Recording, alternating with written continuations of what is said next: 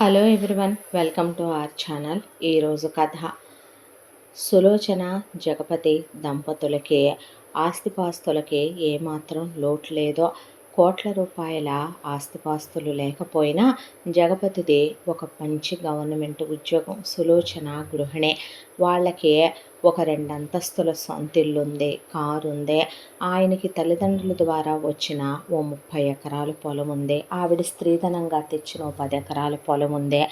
దానికి తోడు వాళ్ళకి కాస్త స్థలాలు, అవి బ్యాంక్ బ్యాలెన్స్లు. తెలివితేటలతో జగపతి పిల్లలు చిన్నవాళ్ళుగా ఉన్నప్పుడే రియల్ ఎస్టేట్లో దిగి ఇళ్ళు కట్టించి అమ్మడంతో కాస్త అక్కడక్కడ ఓ 10 పోర్షన్ల ఇల్లులో తినటానికి ఉండటానికి ఏ లోటు లేదు వాళ్ళకే.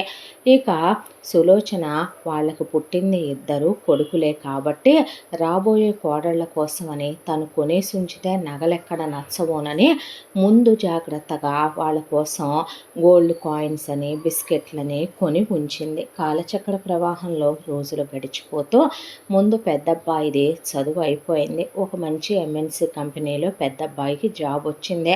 క్లాస్మేట్ అయిన ఒక అమ్మాయిని ప్రేమించాను అని చెప్పడంతో ఆ అమ్మాయి వీళ్ళకి నచ్చింది. కులాలు, కట్న కానుకలు ఆశించే మనుషులు కాదు సులోచన జగపతి. కాబట్టి పెద్దబ్బాయి ఇష్టపడ్డ అమ్మాయిని ఇచ్చి చేస్తేనే ఆ అబ్బాయి సంతోషంగా ఉంటాడు. ఆ అమ్మాయి వాళ్ళ కుటుంబం గురించి కనుక్కుంటే వాళ్ళది మంచి కుటుంబం అని, 2 ఆడపిల్లలని, పెద్దమ్మాయి పెళ్ళై అబ్రాడ్లో లవ్ మ్యారేజే హ్యాపీగా సెటిల్ అయిందని, ఈ అమ్మాయి కూడా తమ కొడుక్కి ఇచ్చి చేస్తే వీళ్ళు హ్యాపీగా ఉంటారని పెద్దబ్బాయికి పెళ్లి చేసేసాడు జగపతి. పెళ్ళవగానే పెద్దబ్బాయికి పెద్ద కోడలికి ఇద్దరికి ఒక మెట్రో సిటీలో ఎంఎన్సి కంపెనీలో జాబులో. వాళ్ళు పిల్లల్ని ఒక 2-3 ఏళ్ల వరకు వద్దని ప్లాన్ చేసుకున్నారు. ఈలోపు జగపతి ఆయనే పెద్దబ్బాయికి ఒక కారు కొని ఆయన ఒక విల్లా కొనిచ్చేశాడు. ప్రాపర్టీలో పెద్దబ్బాయి వాటా చిన్నబ్బాయి పెళ్ళవగానే పెట్టేస్తానయ్యా మీకు అని కూడా చెప్పి ఆవిడ కోడలికి ఎంగేజ్మెంట్లో పెళ్లిలో ఆ అమ్మాయికి నచ్చిన నగలే ఆవిడ దగ్గర ఉన్న బిస్కెట్లు మార్చి కొనిచ్చేసిందే. కోడలికి బట్టలు అవి కొన్నదే. ఇలా పెళ్లి ఖర్చులు వీళ్ళు పెట్టుకుంటే ఎంగేజ్మెంట్ ఖర్చులు అమ్మాయి వాళ్ళ అమ్మా నాన్నలు పెట్టుకొని ఉన్నంతలోనే చక్కగా పెళ్లి చేసి పెద్ద కొడుకు పెద్ద కోడలు సుఖంగా కాపురం చేసుకుంటూ పెళ్ళైన 3 ఏళ్ల తర్వాత వాళ్ళు ప్రమోషన్లు, హైకులు అనే జీవితంలో కూడా ఎదిగారు. 2 ఉద్యోగాలు. ఆ తర్వాత పెద్దమ్మాయి ప్రెగ్నెంట్ అవటం, వాళ్ళు ఒకళ్ళనే కనాలని ఫిక్స్ అవటం, ఆ తర్వాత పెద్దబ్బాయికి ఒక పాప పుట్టడం. ఈ రోజుల్లో ఆడ మగ అనే అభ్యంతరాలు లేవు కాబట్టి కోడలు పిల్లలు లేకుండా ఆపరేషన్ చేయించేసుకోవటం అన్నీ టకటకా జరిగిపోయాయి. ఆ తర్వాత చిన్న కొడుకు అమర్ది చదువు అయిపోయింది. చదువు అయిపోయిన తర్వాత ఎంటెక్ పూర్తి చేసిన అమర్కి కూడా ఒక ఎంఎన్సి కంపెనీలో ఒక మెట్రో సిటీలో చాలా పెద్ద ఉద్యోగం వచ్చింది. పెద్ద యూనివర్సిటీలో పాస్ అవుట్ అయ్యాడు అమర్. కాబట్టి పెళ్లి చేసుకోవేమిట్రా, ఉద్యోగం వచ్చి కూడా 2 ఏళ్ళు అవుతుంది అనే జగపతి సులోచన అడిగితే అమర్ వాళ్ళకు ఒక విషయం చెప్పాడు. జరిగిపోయిన విషయాన్ని మనసులో తలుచుకుంటూ నువ్వు దాంట్లోనే ఉండిపోతానంటే మేము అస్సలు ఊరుకోము, మేము చచ్చినంత ఒట్టే నువ్వు పెళ్లి చేసుకోకపోతే అనే వీళ్ళే ఒక సంబంధం చూశారు. అమ్మాయి వాళ్ళది చాలా మంచి కుటుంబం. వాళ్ళు వీళ్ళేమీ పెట్టద్దు అని అన్నా మేము పెట్టాల్సిందేదో మా పిల్లకి పెట్టుకుంటాం అని చెప్పారు. కాస్త ఛాందసవాదాలు ఉన్న మనుషులు. సరే మీ కర్మ అనుకున్నారు సులోచన జగపతి. ఎంగేజ్మెంట్ గ్రాండ్గా జరిపించారు. జానకి పెళ్లి చూపుల్లో చూసిన దగ్గర నుంచి అతని అందచందాలు, గుణగణాలు, చదువు, సంస్కారం, ఫ్యామిలీ, అతని కులం ఇదంతా చూసి అమ్మాయి చాలా ప్రేమించడం మొదలుపెట్టింది. ఆ తర్వాత ఎంగేజ్మెంట్లో మాట్లాడదాం, ఫోన్ నెంబర్ తీసుకుందామంటే మా ఇళ్లల్లో పెళ్లి చూపుల్లోనూ అమ్మాయి అబ్బాయి మాట్లాడుకోకూడదన్నారు. తర్వాత ఫోన్ నెంబరు అమర్ తంది అడగలేదు, అతనిది ఇవ్వను లేదు. అలా వీళ్ళిద్దరి పెళ్ళి జరిగిపోయింది. జరిగిపోయిన తర్వాత అత్తగారు పెళ్లిలో పెట్టాల్సిందేదో పెట్టేసి ఇక పెద్ద కోడల్లాగానే చిన్న కోడల్ని కూడా కాపురానికి పంపించేసి ఆయన ఇల్లు కారు కొనిచ్చేశాడు. ఆ తర్వాత వీళ్ళు కాపురం పెట్టుకున్నారు. ఫస్ట్ నైట్ రోజున భర్త ముట్టుకోలేదంటే ఇప్పుడు చాలామంది అబ్బాయిలు ముట్టుకోవటం లేదు, అది సహజం. ఎవరికైనా కొంతమందికి ఫస్ట్ నైట్ ఫియర్స్ ఉంటాయి, అది కామన్ అనుకుంది జానకి. ఆ తర్వాత తర్వాత రోజులు గడిచిపోతున్నా అమర్ పెద్దగా తనతో మాట్లాడడం, దానికి తోడు ఏదైనా చేసినా బాగుందని అనడు, బాలేదని అనడు.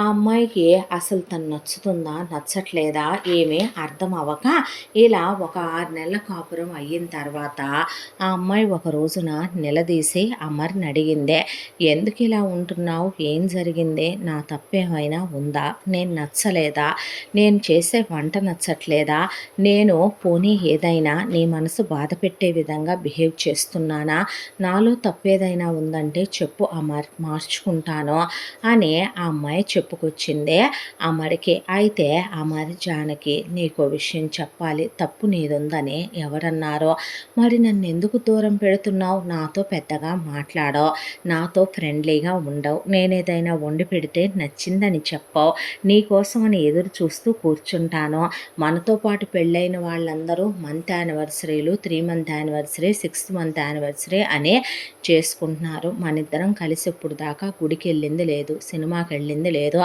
ఏదైనా కావాలంటే లిస్ట్ రాసి అక్కడ పెట్టమంటావు, నన్ను సూపర్ మార్కెట్కి తీసుకెళ్ళావు, కనీసం నాతో మనసు విప్పి మాట్లాడమర్, పిచ్చి పట్టేలాగా ఉంది, ఇంట్లో ఒక్కదాన్నే ఉండి ఉండి ప్రాణం విసిగిపోతోంది, నేను ఇంజనీరింగ్ చేశాను, ఎందుకు ఇలా ఉంటున్నావు, నా తప్పు ఏమైనా ఉందా, పోనీ పెళ్లి చూపుల్లోనే నేను నచ్చకపోతే చెప్పుండాల్సిందిగా, పెళ్ళి చేసుకోకుండా ఉండుండాల్సిందిగా ఎందుకు బాధ పెడుతున్నావని ఆ అమ్మాయి గట్టిగా కౌగిలించుకొని ఏడ్చేసింది. ఆ అమ్మాయిని కూర్చోబెట్టే తల మీద చెయ్యేసి నిమిరే, నీలో ఏ తప్పు లేదు, నువ్వు చాలా మంచిదానివి, తప్పంతా నా విషయంలోనే జరిగిందే, చిన్నప్పటి నుంచే అమ్మా నాన్న మమ్మల్ని చాలా గారాబంగా పెంచారు, అలా అని మా నాన్న ఎప్పుడూ ఓవర్ ఫ్రీడమ్ కూడా ఇచ్చేవారు కాదు, మమ్మల్ని ఆయన లిబర్టీ ఇచ్చిన లీనియస్గా మేమెప్పుడూ తీసుకోకూడదని వార్న్ చేస్తూనే పెంచారు. అమ్మ మాకు ఫినాన్షియల్ ఫ్రీడమ్ ఇచ్చిన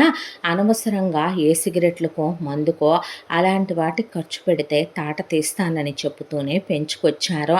నచ్చిన బట్టలు, నచ్చిన తిండి, నచ్చిన చదువు, ఒక వయసుకు వచ్చాక బండి ఒక క్రేజు, తర్వాత మాకు కారు, ఇవన్నీ వాళ్ళే కొనిచ్చారు, మంచి కాలేజీల్లో, స్కూళ్ళల్లో, యూనివర్సిటీల్లో చదివించారు.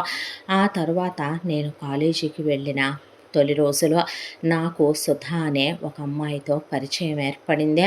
ఆ పరిచయం మా ఇద్దరి మధ్య ప్రేమ అయ్యింది. ఆ ప్రేమ ఎంతంటే చాలా డీప్గా లవ్ చేసేసుకున్నాం ఇద్దరం. లివిన్లోనే ఉన్నాం. నేను వేరే ఊళ్ళో చదువుకున్నాను. నా బీటెక్, నా ఎంటెక్ నేను 6 సంవత్సరాలు ఒక ఫ్లాట్లో ఉండేవాడిని. తనతో పాటు ఒక్క తాళి కట్టలేదన్న మాటే తప్ప వైఫ్ అండ్ హస్బెండ్గా మా శరీరాల మధ్య కూడా దూరం లేదు అనేపాటికే ఆ అమ్మాయి అలా చూస్తూ నిలబడిపోయింది. ఆ తరువాత మేమిద్దరం చదువులు అయిపోయి ఉద్యోగాలు రాగానే మా అన్నయ్య మా వదిన్ని పెళ్లి చేసుకున్నట్టే పెళ్లి చేసుకోవాలి అనుకున్నాము. మొదటి నుంచే సుధకి మొండితనం ఎక్కువ, పెంకితనం ఎక్కువ. తాను పట్టిన కుందేలుకి 3 కాళ్ళు అంటదే. ఒక రోజున లాంగ్ డ్రైవ్కి వెళ్ళాలి అంటే నేను తీసుకెళ్ళనన్నానని ఒక్కటే వెళ్ళిపోయిందే. అర్ధరాత్రి 2ంటికి. అంత మొండిదే. వాళ్ళ ఇంటికి కూడా అంతే. వాళ్ళ అమ్మా నాన్న వద్దులేమ్మా అన్నా తను వెళ్ళాలనుకుంటే అప్పటికప్పుడు వెళ్ళిపోద్దే. తను ఏదనుకుంటే అది జరిగి తీరాలి సుధ విషయంలో. అలాగే ఒకసారి ఇక్కడ అన్నయ్య పెళ్ళికి ఏర్పాట్లు జరుగుతున్నాయి. నేను చాలా బిజీగా హడావిడిలో ఉన్నాను. అలాంటప్పుడు సుధ ట్రిప్పుకు వెళదాము, వస్తావా సస్తావా అని కూర్చుందే. అయితే నేను సుధకి అర్థమయ్యేలా చెప్పాను, నువ్వే మా ఇంటికి రా, అన్నయ్య పెళ్ళయ్యాక నేను పరిచయం చేస్తాను, అమ్మా నాన్నలకి, అన్నయ్య వదినకి మన విషయం ఓపెన్ అప్ అయిపోయి చెప్దాము, మీ అమ్మా నాన్నలను కూడా పిలిచి మాట్లాడదాము, బీటెక్ అయిపోయింది కాబట్టి ఇంకా 2 ఏళ్ళు ఆగి పెళ్లి చేసుకుందాం అని చెప్దాము అని నేనంటే, నేనొకటి చెప్తే నువ్వు ఇంకోటి సోది చెప్తావు, సొల్లు చెప్తావు, మొదటి నుంచి ఇంతే, సుత్తి వెధవా, సోది వెధవా అనే. ప్రేమించినప్పుడు ప్రేమించిన అమ్మాయిలు ఎన్నన్నా మన చెవులకి అమృతం పోసినట్టే ఉంటాయి కాబట్టి అన్ని మాటలు పడ్డాను. తప్పు తను చేసిన సారీ చెప్పడం నేను నేర్పే, ప్రతిసారి నేనే సారీ చెప్పడం నాకు అలవాటే. ఆ తరువాత తను నాకు చెప్పా పెట్టకుండా రోడ్డు ట్రిప్పు ప్లాన్ చేసుకొని అలా ఫ్రెండ్స్తో కలిసి ర్యాష్గా కారు డ్రైవ్ చేసుకుంటూ ఒక చేతిలో బియర్ బాటిల్ తీసుకొని బియర్ తాగుతూ చాలా ర్యాష్గా డ్రైవ్ చేసుకుంటూ గోవాకి ప్రయాణం మొదలుపెట్టింది. మధ్యలో హైవే మీదకి వచ్చిన తర్వాత ఏదో వెహికల్ అడ్డొచ్చిందని చెప్పి మత్తులో ఉన్న తను తనదే రాంగ్ రూట్లో రావటం తనదే తప్పు, అది నిజం, మనం అవతల వాళ్ళని అనకూడదు. అలా వెహికల్కి డాష్ ఇచ్చే అందులో ఉన్నటువంటి మిగతా ఫ్రెండ్స్ అందరూ చిన్న పెద్ద దెబ్బలతో తప్పుకున్నారు. కానీ డ్రైవింగ్ సీట్లో ఉన్న సుధా స్పాట్లో పోయిందే. తను పోయింది అని వాళ్ళ అమ్మ నాన్న కూడా కొన్నాళ్ళకి నార్మల్ అయిపోయారు. ఎందుకంటే వాళ్ళకి ఇంకా సుధకి ఒక అక్క, అలాగే సుధకి ఓ తమ్ముడు ఉన్నారు. వాళ్ళకు ఆప్షన్స్ ఉన్నాయి, మూవ్ ఆన్ అయిపోయారు. నేను ఎంటెక్కి సేమ్ కాలేజీలో జాయిన్ అవుదామన్నా తన జ్ఞాపకాలతో ధైర్యం సరిపోక జాయిన్ అవ్వలేకపోయాను. ఆ 2 ఏళ్ళు అదే ఫ్లాట్లో ఉన్నాను. కాకపోతే పిచ్చోడిని అయిపోయాను తన జ్ఞాపకాలతో. ఎటు చూసినా తనే గుర్తొచ్చేది, తన నవ్వులే గుర్తొచ్చేవే. చివరికి ఏ ఐస్ క్రీమ్ పార్లర్ దగ్గర చూసినా తను నవ్వుతున్నట్టే, తను మాట్లాడుతున్నట్టే.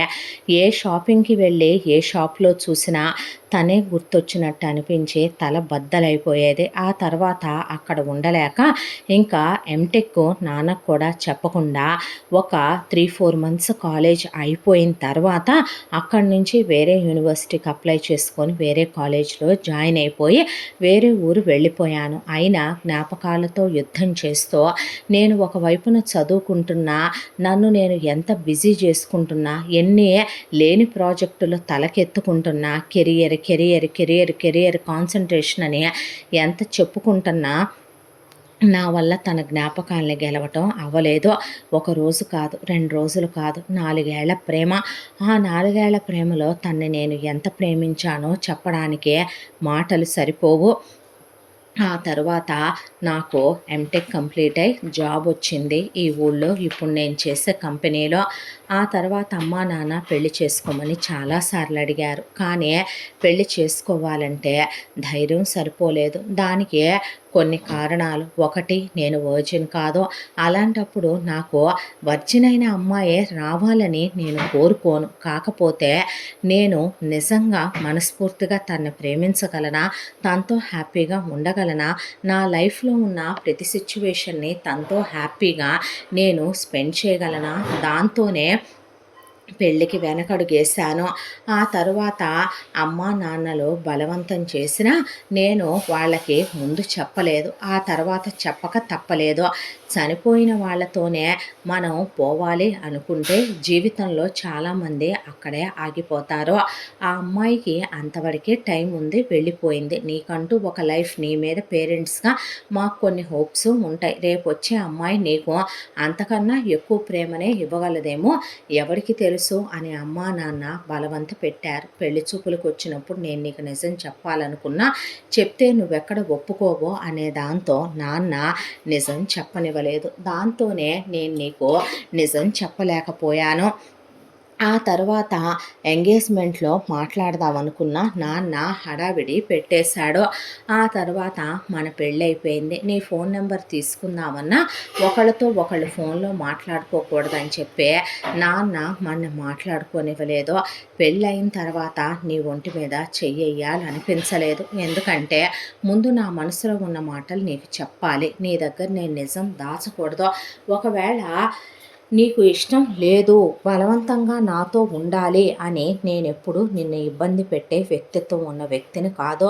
నీకు నాతో లైఫ్ స్పెండ్ చేయటం, అలాగే నాతో కలిపి నువ్వు జీవితాన్ని గడపటం నీకు ఇష్టం లేని క్షణం నేను నీకు డివోర్స్ ఇవ్వడానికి, ఎలిమనీ ఇవ్వడానికైనా సిద్ధం.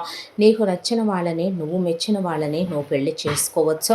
మనిద్దరి మధ్య ఏమీ జరగలేదని నేనే ఓపెన్గా చెప్తాను. నా ఫ్రెండ్స్లో చాలామంది ఉన్నారు, చూడమన్నా నీకోసం సంబంధం చూస్తాననే పాటికి జానకి చనిపోయి తను మీకు శిక్ష ఇస్తే మీరు నాకు శిక్ష ఇస్తున్నారా అమర్ అనేసరికి అమ్మడేం మాట్లాడలేదు. జానకి ఏడ్చి దేనికైనా కొంత సమయం పట్టుద్దే. జరిగిపోయిన గతం తిరిగి రాదు. ఆమె తిరిగి రాదు. నా కోర్పు సహనాలున్నాయి. ఈ మొగుడు కాకపోతే ఆ మొగుడు, ఈ మగాడు కాకపోతే ఇంకో మగాడనే నేను పెళ్లి చేసుకొని వెళ్ళిపోలేను. ఎందుకంటే మీకు మగతనం లేదా? మీలో లోపం ఉందా? మీరు క్రూరుల, దుర్మార్గుల, నన్ను హింసిస్తున్నారా? టార్చర్ పెడుతున్నారా? మీలో లోపాలు ఏమైనా ఉన్నాయా? అవేవీ లేనప్పుడు నేను ఇంకొకరిని ఎలా పెళ్లి చేసుకోగలుగుతానండి అని ఈ విషయం నేను మా అమ్మ నాన్నలకు చెప్పాలనుకోవట్లేదు. మన మధ్య జరిగే ఏ విషయమైనా మన ఇద్దరి మధ్య ఉండాలనుకుంటున్నాను అనేసింది జానకి. మరి ఏమీ మాట్లాడలేదు. ఆ తర్వాత నుంచే నాతో ఫ్రెండ్గా ఉండొచ్చుగా, ఫ్రెండ్స్ అనే తనే చెయ్యి కలిపిందే.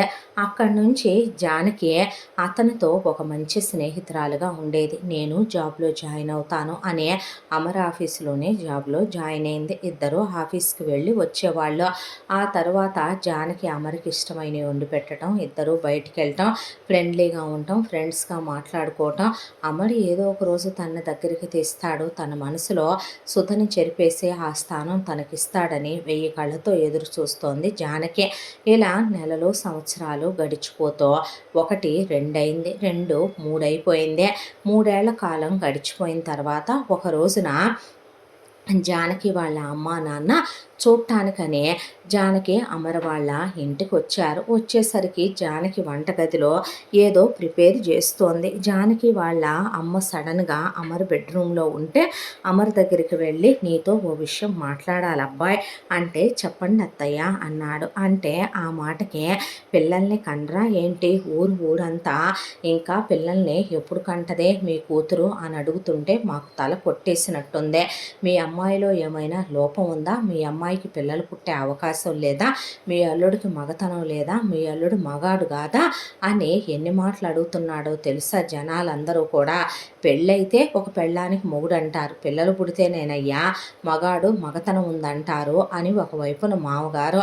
అదేదో ఒకసారి అని వదిలేస్తే అమర్కి కూడా ఏం అనిపించేది కాదు. అలా కాకుండా అత్తగారు ఒకవైపున మీలో ఇద్దరిలో ఏదైనా లోపం ఉంటే మా ఫ్యామిలీ డాక్టర్ ఉంది, ఆ డాక్టర్కి నెంబర్ కల్పిస్తాను, ఫోన్ చేసి మాట్లాడని వాళ్ళ లేడీ డాక్టర్కి ఫోన్ చేస్తే మీ ఇద్దరు ఎలా ఫిజికల్గా కలుస్తున్నారో, కలిసినప్పుడు ఎంతసేపు కలిసి ఉంటున్నారో, ఆ తర్వాత మీరు ఏ ఏ టైముల్లో కలుస్తున్నారో, మార్నింగా, ఆఫ్టర్నూనా, ఈవినింగా, నేను పర్లేదు మీరు సిగ్గుపడద్దు ఫ్యామిలీ డాక్టర్ని చెప్పండి అంటే పర్లేదు అల్లుడు మన డాక్టరే చెప్పని ఒకవైపున మనకు తెలిసిన మూలికలు ఉన్నాయని, మనకు తెలిసిన సంసార సామర్థ్యతను పెంచే మా వాళ్ళు వనమూలికలు ఇచ్చేవాళ్ళు ఉన్నారని మామగారు ఇక ఆపకుండా అత్త మామ 10 నిమిషాలు 20 నిమిషాలు కాదు ఒకవైపున జానకి వెళ్ళే జానకి ఇంటి పని అంతా చేయించి, గార్డెన్ వర్క్ అంతా చేయించి, వంట పని అంతా చేయించి వచ్చిందాకా ఆ అబ్బాయి బుర్ర తింటూనే ఉన్నారు. అప్పుడు లోపలికి వచ్చిన జానకి ఈ మాటలన్నీ విని నోరు ముయ్యమ్మ ఇంకా చాలే కానీ ఏంటా సొల్లుబాగుడు నువ్వు అని జానకి వాళ్ళ అమ్మనే పెద్దగా అరిసింది జానకి. ఏంటే అమ్మను పట్టుకొని ఆ మాటలు అన్నాడు జానకి తండ్రే. పెళ్ళయింది కదా అని ఒళ్ళు పొగరెక్కి ఒళ్ళు బలిసిన మాటలు మాట్లాడుతుందండి ఇదే. చాలే ఊడిపో, పిల్లల్ని కంటం కనకపోవటం మా స్వవిషయం. ఎలా మీ స్వవిషయం అవుద్దే? ఎలా మీ స్వవిషయం అవుద్దే? మనం ఒక కుటుంబంలాగా ఉంటున్నాం. మనది హైందవ సంస్కృతే. పెళ్ళైన తర్వాత ఏడాదిలోపు పిల్లల్ని కనేవాళ్ళం మా అప్పుడు. ఇప్పుడు ఏంటో ఎంజాయ్ చేయాలని, గ్యాపులు తీసుకోవాలని, టైం కావాలని 2 ఏళ్ళు 3 ఏళ్ళు తీసుకుంటారు. మీ పెళ్ళై 3 ఏళ్ళు అయిందే. ఎప్పటికీ నీ కడుపును కాయపోతే, నీ కడుపు పండకపోతే నలుగురు ఏమనుకుంటున్నారో తెలుసా? ఎన్ని రకాలుగా మాట్లాడుకుంటున్నారో తెలుసా? నీలో లోపాలున్నాయని, నీ గర్భసంచి గడ్డగట్టిపోయిందని, నీ మొగుడు సంసారానికి పనికిరాడని, నీ మొగుడికి మగతనం లేదని, నీ మొగుడు గేఫెలు అని మీ అత్తామామ అవన్నీ దాసిచ్చి చేశారని, అందుకే పిల్లలు పుట్టట్లేదని, మీ ఇద్దరిలో లోపాలున్నాయని, అసలు అల్లుడు నీ ఒంటి మీద నువ్వు అల్లుడితో సంసారం చేస్తున్నారే అని నా మాటలు బడా బడా బడా అనేపాటికి జానకి తిరగ తిరగబడి పోట్లాడి ముందు మా ఇంట్లోంచి బయటికి నడవండి, అసలు ఇద్దరు మా ఇద్దరు పర్సనల్ విషయాల్లో కలగజేసుకోవటానికి మీరెవరో, పెళ్ళై కన్యాదానం చేసిన తర్వాత నేను ఆ ఇంటి కోడల్ని, మీ ఇంటి కూతుర్ని ఎలా అవుతాను, మీ ఇష్టం వచ్చినట్టు మాట్లాడటానికి అనేసరికి అడ్డాలు నాడు బిడ్డలు కానీ గడ్డాలు వచ్చాక బిడ్డలు కాదు, పెళ్లి చేశాం కదా ఒళ్ళు బలిసిందే, అమ్మా నాన్నల్ని ఎంత మాట పడితే అంత మాట అంటుందని జానకిని తిట్టుకుంటూ అక్కడి నుంచి వాళ్ళ అమ్మా నాన్న వెళ్ళిపోయారు. ఆ తర్వాత అమరు ముఖమంతా ఎర్రగా అయిపోయి కళ్ళు నెత్తురు గడ్డల్లాగా అయిపోయి బాల్కనీలో నుంచున్నాడు. ఈ జానకికి టెన్షన్ అనిపించింది. వెళ్ళి అమర్ భుజం మీద చెయ్యేసి, బాధపడద్దు అమర్, తెలిసావదో, మూర్ఖపు మనుషులు, పాతకాలం మంద, పల్లెటూళ్ళల్లో పుట్టి పెరిగిన వాళ్ళు కదా, ఇంకా ఆ ఛాందసవాదాల నుంచి బయటికి రాలేదో, నేను సర్ది చెప్పానుగా, ఇంకెప్పుడు మన ఇంటికి రారులే, నేను ఫోన్లో కూడా తిడతాను, ఇంకెప్పుడు ఇలాంటి విషయాలు ఎత్తర్లే, మీరు తప్పుగా అనుకోవద్దు అనేసరికి, ఇవన్నీ వాళ్ళు అడిగారా, నువ్వు అడిగిచ్చావా అన్నాడు జానకినే. అనేపాటికి ఏం మాట్లాడుతున్నావా అమర్ అనేసరికి, ఈరోజు వాళ్ళు అన్నారు, రేపు నువ్వంటావో, నువ్వు కూడా అనుకుంటున్నావా వాడు నా ఒంటి మీద చెయ్యట్లేదు, నాతో కాపురం చేయట్లేదు, నన్ను అమ్మని చేయట్లేదని, ఇవాళ వాళ్ళకు కలిగిన కోరికలే రేపు నీకు కలుగుతాయా, నీకు నేను ఎప్పుడో ఫ్రీడమ్ ఇచ్చాను, నేను ఎప్పుడో వెళ్ళిపోమన్నాను, నన్ను నేను నార్మల్ చేసుకోవాలని, సుధ జ్ఞాపకాలు మర్చిపోవాలని ప్రతి సెకను ప్రతి క్షణం నాతో నేను యుద్ధం చేస్తున్నాను, ఆ విషయం నీకు తెలుసో, నేను నార్మల్ అవ్వడానికి ఎంత ప్రయత్నిస్తున్నానో, నీతో నేను కలవాలనే ఎంత తహతహలాడుతున్నానో నువ్వు అర్థం చేసుకోవాలి కదో, వాళ్ళు రావటం ఏంటి, 1 గంట కాదు, 2 గంటలు కాదు, 4 గంటల నుంచి మీ అమ్మ నాన్న నా బుర్ర తింటున్నారో, ఏం ఫ్యామిలీ అసలు మీది, ఏం మనుషులో, కాస్త అయినా సంస్కారం అనేది ఏడవాలి అని పట్టా పట్టా పట్టా అమర్ నోటుకొచ్చినట్టు తిట్టేశాడు జానకిని. దాంతో జానకి కళ్ళల్లో నీళ్లు తిరిగిపోయి, ఇదేనా ఇన్నేళ్ల కాపురంలో నన్ను తను అర్థం చేసుకుందే, నేనే బజారు దాన్ని, రోడ్డును పడి వీధికెక్కేదాన్ని అయితే గనక పెళ్ళైన తొలిరైనా తనను ముట్టుకోలేదని అత్తమామలకి చెప్పుకొని ఆడవాలి, అమ్మా నాన్నలకి చెప్పుకొని ఆడవాలి, పిల్లలే కావాలనుకుంటే శరీరాలు కలిస్తే చాలు, మనసులు కలవాల్సిన పనే ఉందే అని నేను అనుకుంటే సరిపోయేది, ఇన్నేళ్ళు తనతో స్నేహంగా ఉండటం ఎందుకు, ఈ ఇంట్లోనే పడుండటం ఎందుకు, ఇన్నేళ్లలో నేను పుట్టింటికి కూడా వెళ్ళెరుగనే ఎలా అనగలిగాడు అలాంటి మాటలని బాధేసి ఇక తన్ని తిట్టేసి అమర్ బయటికి వెళ్ళిపోయాడు. వెళ్ళిపోయిన తర్వాత జానకి బట్టలు సర్దేసుకొని తన వార్డ్రోబ్లో అక్కడి నుంచి ఓ ఫ్రెండ్ ఇంటికి వెళ్ళిందే. వెళ్ళి ఫ్రెండ్తో కొన్నాళ్ళే నీ ఇంట్లో ఉంటానులే, నేను చేసే దగ్గర ఉద్యోగం మానేసి వేరే ఉద్యోగం ఎత్తుక్కుంటాను, నాకు మా ఆయనకి డిస్టర్బెన్స్లు వచ్చినాయి, మా పుట్టింటికి కూడా నేను వెళ్ళాలని అనుకోవటం లేదో, నాకు వేరే చోట ఉద్యోగం రాగానే వెకేట్ చేసి వెళ్ళిపోతానంటే, అమ్మ తల్లే నేను ఇవన్నీ నిన్ను అడిగానంటే, నా మొగుడెటు గల్ఫ్లో ఉంటాడు ఉద్యోగం అని వాడు బొందని వాళ్ళమ్మ చెప్పిందని డబ్బులు సంపాదించాలని వెళ్ళాడు ఆ ముదరష్టపోడు. ఇక్కడ పిల్లల్ని పెట్టుకొని నేను ఒక్కదాన్ని ఉద్యోగం చేసుకుంటూ బతుకుతున్నాను, ఏదో టైం పాస్ కోసమని, నీకు నచ్చిన నాళ్ళు ఉండవే, నేను ఎందుకంటానే అమ్మ జానకి నిన్నలాగా అనేసింది ఆ ఫ్రెండ్. ఆ తర్వాత అమర్ మార్నింగ్ వెళ్ళినవాడు ఆ రోజంతా బయటే ఉండి మనసు బాగోక నైట్ ఎప్పుడో 1 గంటకి ఇంటి దగ్గరికి వస్తే బెల్ కొడితే డోర్ ఓపెన్ అయిపోతే, ఎప్పుడు జానకి బయటికి వెళ్తే ఒక దగ్గర కీస్ పెట్టుద్ది, అక్కడ కీస్ పడేసి ఉన్నాయి, తీసి డోర్ ఓపెన్ చేసి లోపలికి వెళ్ళేసరికి అక్కడ డైనింగ్ టేబుల్ మీద అలా లెటర్ ఎగురుతూ కనిపించింది. తీస్తే, అమర్ నేను నిన్ను ప్రేమించాను, నిన్ను ఇష్టపడ్డాను, ప్రేమ నీ ఒక్కడిదే కాదు, నువ్వు సుధని ప్రేమించటమే గొప్ప ప్రేమని నువ్వు అనుకుంటున్నావు, చనిపోయిన వాళ్ళ మీద కూడా నీకంత ప్రేమ అన్ని ఫీలింగ్స్ ఉంటే, పెళ్లి చూపుల్లో నిన్ను చూసిన మొదటి క్షణం నీ పాదాలని ప్రేమించాను, తర్వాత నీ ముఖాన్ని ప్రేమించాను, తర్వాత నీ మాటల్ని ఇష్టపడ్డాను, నీ గొంతు విని పులకించిపోయాను, ఆ తర్వాత నీ గుండెల మీద పడుకోవాలనుకున్నాను, నీకు దగ్గర కావాలనుకున్నాను, నువ్వు తినిపిస్తే తినాలనుకున్నాను, ప్రతి రాత్రి వసంత రాత్రిలాగా పౌర్ణమి రాత్రిలాగా నీతో గడపాలనుకున్నాను, ప్రపంచాన్ని మర్చిపోవాలనుకున్నాను, మన ప్రేమ గుర్తుగా నీతో పిల్లల్ని కనాలనుకున్నాను, కలల్లోనే నీతో కాపురం చేశాను, పిల్లల్ని కన్నాను, ఇష్టపడి మనస్ఫూర్తిగా మనసా వాచ కర్మణ నేను నిన్ను పవిత్రంగా వివాహం ఆడాను, ఆ తర్వాత తర్వాత నువ్వు నన్ను దూరం పెట్టావు, నీ గతాన్ని చెప్పావు. ఒక్క మాట అన్నానా? ఈ ఇన్నేళ్ల మన కాపురంలో ఒక్కసారి దెప్పానా? మరి నువ్వు నన్ను అర్థం చేసుకుంది అంటే నువ్వు నన్ను ముట్టుకోలేదని మీ అమ్మా నాన్నకి చెప్పానా? మా అమ్మా నాన్నకి చెప్పుకున్నానా? నాకు ఫ్రెండ్స్ ఉన్నారు అమర్, నాకు చుట్టాలు బంధువులు తోబుట్టువులు అందరూ ఉన్నారు. చెప్పుకోవటం మొదలు పెడితే చులకనయ్యేది నా మొగుడు కాదా, నా కాపురం కాదా అనే ఇంకిత జ్ఞానం ఉంది కాబట్టి, నేను మనిషిని కాబట్టి, పశువుని కాదు కాబట్టి నేను ఎవరితోనూ ఏ రోజు ఏ విషయం చెప్పెరుగను. అలాంటిదే మా అమ్మా నాన్న బుద్ధి లేకుండా మాట్లాడితే దానికి నేను నీకు సారీ చెప్పాను, వాళ్ళని అరిశాను, పంపించాను. దానికి నేనేదో నిన్ను మీద చెయ్యట్లేదు, కాపురం చేయట్లేదు, పిల్లల్ని కనట్లేదు అని నేనేదో ఫీల్ అయిపోయినట్టు, ఇప్పుడు నా కడుపు కావాలని నిన్ను అడిగినట్టు ఎంత నీచంగా మాట్లాడేస్తావు అమర్. ఇదేనమాట ప్రేమకి పెళ్ళికి నువ్విచ్చే డెఫినేషను అని. నా బతుకేదో నేను బతకాలని వెళ్ళిపోతున్నాను, గుడ్ బై అని రాసుండేసరికి అమర్ లెటర్ తీసుకొని కూర్చుండిపోయాడు. అనవసరంగా కోపం ఎవడి మీదో చూపించేశానా? ఒకవైపున సుధ పోయిందనే ఫ్రస్ట్రేషను, మరొక వైపున ఎందుకు పెళ్లి చేసుకున్నాననే ఫ్రస్ట్రేషను, ఇంకోవైపున తనకి దగ్గర కాలేకపోతున్నాననే ఫ్రస్ట్రేషను, అమ్మా నాన్న బలవంతంగా పెళ్లి చేశారనే బాధ, ఒకవైపున ఆఫీసులో టెన్షన్లో, ఇవన్నీ కలిపి అత్త మామ తన్ని వేధించుకు తినేసరికి పడుతుందిలే అంటే అని జానకి ననేశానా అని చాలా బాధ అనిపించింది. ఆ తర్వాత ఇక రోజులు గడిచిపోవటం మొదలైనాయి. వంటగదిలో జానకి నవ్వుతున్నట్టు, జానకి వంట చేస్తున్నట్టు, బాల్కనీలో జానకి నుంచున్నట్టు, జానకి వాష్రూమ్లో ఉన్నట్టు, రెడీ అవుతున్నట్టు, డైనింగ్ టేబుల్ మీద డిషెస్ సర్దుతున్నట్టు, ఎటు చూసినా జానకి నవ్వులే, ఎటు చూసినా జానకి జ్ఞాపకాలే, ఎటు చూసినా జానకి అమర్ అమర్ అమర్ అని పిలుస్తున్నట్టే అనిపించే, పిచ్చెక్కినట్టుగా అనిపించే, తల పనిచేయక వాళ్ళ అమ్మ నాన్నల దగ్గరికి వెళితే వాళ్ళ నాన్న ఆఫీస్కి వెళ్ళున్నాడని వాళ్ళమ్మ సులోచన రారా అమ్మ ఏది అని అడిగేసరికి ఆవిడ ఒళ్ళో పడుకొని ఎక్కిళ్ళు పెట్టి ఏడ్చాడు అమర్. ఏమైందంటే, జరిగిన విషయం చెప్తే తప్పు చేశావు నాన్న, ఒక విషయం చెప్పమంటావా? పోయిన సుధది నీది గొప్ప ప్రేమే కావచ్చు, కానీ ఆ అమ్మాయికి ఆయుష్ తీరిపోయి ఆ అమ్మాయి ఆ భగవంతుడి సన్నిధానానికి అహంభావంతోనో, మొండితనంతోనో, పెంకితనంతోనో ఆయుష్ పూర్తయిపోయి వెళ్ళిపోయిందే.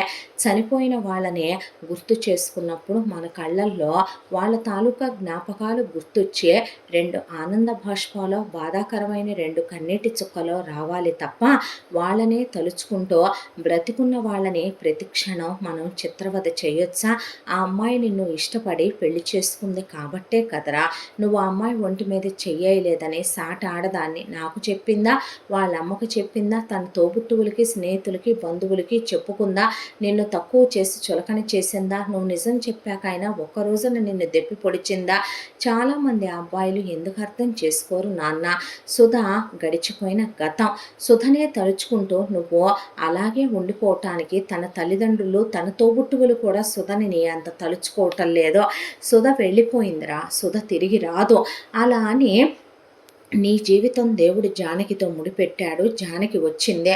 వచ్చినప్పుడు నువ్వు జానకితో సంతోషంగా ఉండాలి, ఆమెకి మనసు ఉంటుంది, ఆమెది ప్రేమే కదో, ఆమె మనిషే కదో. నువ్వు మరి ఆ అమ్మాయిని అర్థం చేసుకుంది ఏంటి? స్నేహానికి ఓ హద్దంటూ ఉంటుంది.